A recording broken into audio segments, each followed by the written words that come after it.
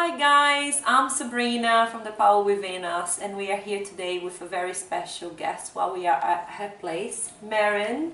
Thank you so much for welcoming us here into your home, and it'll be lovely to talk to you about your journey. So could you please tell us how did everything start? Thank you for coming and interviewing me. It's a real honor to be involved. I'll tell you a little bit about my Kundalini Yoga journey. Okay. So it really all originated in my mom suddenly finding out about this talent that she can heal. Oh wow. And she heals with Kundalini energy. So when she was still at home and I was there as well, she started, and I was kind of a bit dubious and had nothing to do with spirituality, and so I didn't really want to know properly. But then at some point I got curious, but I still really didn't get any healing from her or didn't really talk to her much about it. I went on a long trip to India. And I had already thought, I want to go to a few ashrams and do some yoga. So that was actually the first time I ever did yoga. That was in 2009. It's not so long ago. So I went to different ashrams. I did some hatha yoga, and I really enjoyed it. Came back to London. It kind of fizzled out a little bit. Fell back into the old patterns and stuff. Until then, my friend who had told about my mom said she found a Kundalini Yoga class and if I wanted to try with her. So we went together, and it was a most amazing experience. I remember us cycling home, chanting Waheguru on the bike. Wow. And so obviously, really something moved me deeply. And so I went to class, started going to classes regularly, and very quickly after that, maybe 3-4 months, I started teacher training with Amrit. And that wasn't easy. It was a challenge. So the Kundalini Yoga teacher training is really on all levels. It will challenge your ego. It will challenge you physically, emotionally. It will, break down all what you have believed in so far, and then put it back together and giving you a good start. So this is really the beginning. And from the point when I finished my training, I straight away started teaching full time. And haven't looked back. So now it's my 3rd year of teaching, and it has been an amazing experience. Especially meeting so many different people, being able to learn from them, being able to support them on their journey. So that's been quite special. And what has been the thing that Kundalini has maybe taught you, the thing that you most enjoy about it, or the thing that brings you the most joy about Kundalini Yoga? So what has taught me is really that what is important in life, and the connection between each of and every one of us, and there is only one. So I had experiences where I could really say, okay, I get it. Whereas before, maybe on a theoretical basis, but with Kundalini, you get an experience. You can really feel there's more to it than just this finite body. You find your unique gifts and talents, For me, I don't know what else is to come, but I always work with people. I always kind of flourished when I could support others.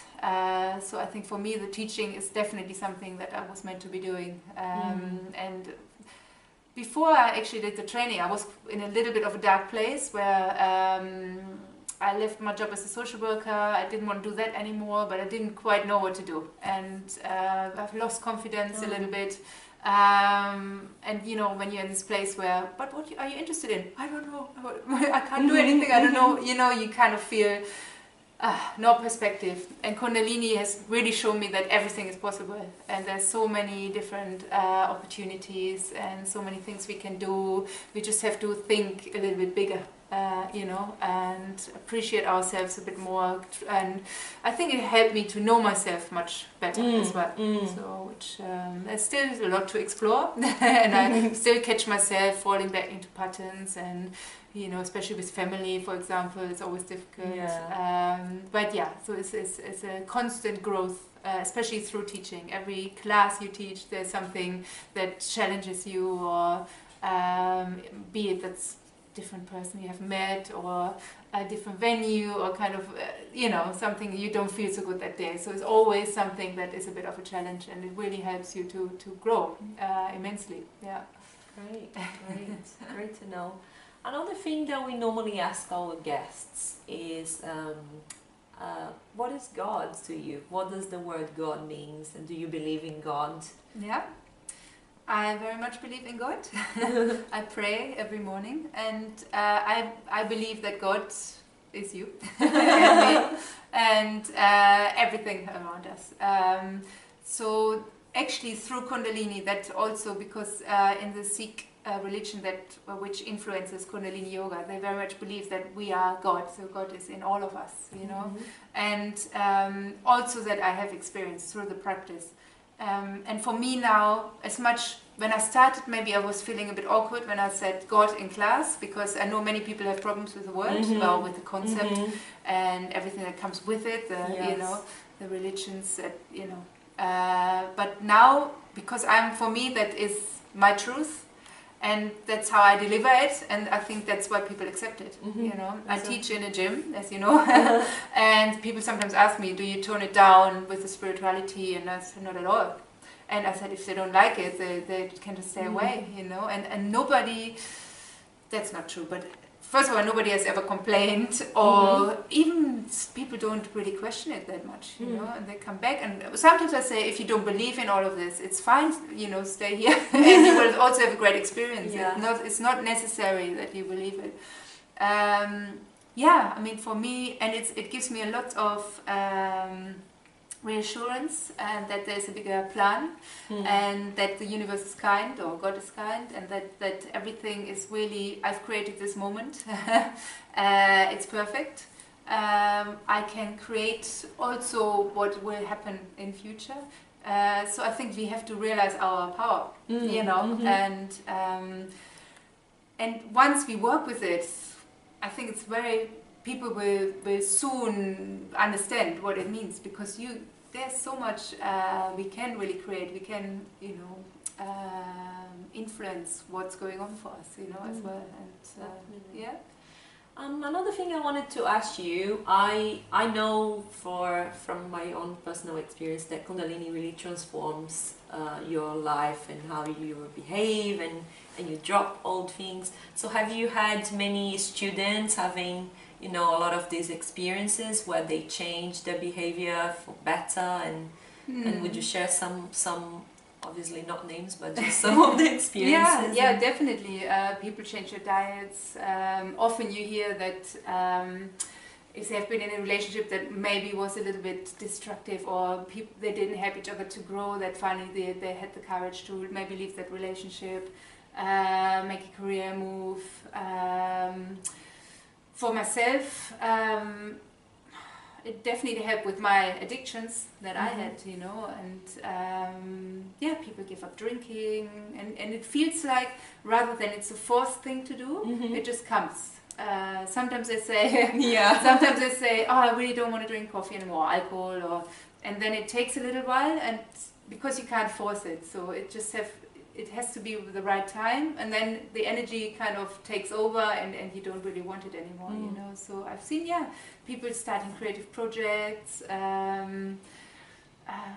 starting to paint suddenly, or sing, record an album, and they are all because Kundalini is our creative potential. So once that's awakened, it kind of feels like you can access it much, much easier, and also have the heart to do it, rather than feeling a bit silly to take up this hobby, or you feel, okay, no, this makes my heart sing, I'm going to follow this.